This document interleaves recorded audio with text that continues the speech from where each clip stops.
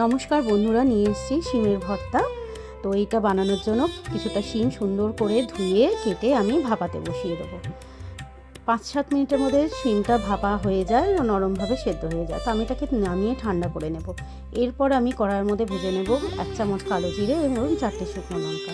সেটা নামিয়ে গুঁড়ো করে নেব। তারপরে একটি কুচনো পেঁয়াজ আমি তেলের মধ্যে লালচে করে ভেজে তুলে নেব। এরপর আমি ভেজে নেব কুচনো কিছুটা রসুন। এরপরে আমি কাঁচা তেল দিয়ে শিমের মধ্যে স্বাদ মতো নুন নিয়ে নিয়েছি গুঁড়ো করা মশলা এবং ভেজে রাখা পেঁয়াজ ও রসুন। এবারে সব কিছুকে আমি সুন্দর করে চটকে একসঙ্গে মেখে নেব। ভালো করে মেখে নেওয়ার পর গরম ভাতে জাস্ট জমে যায় রেসিপিটা।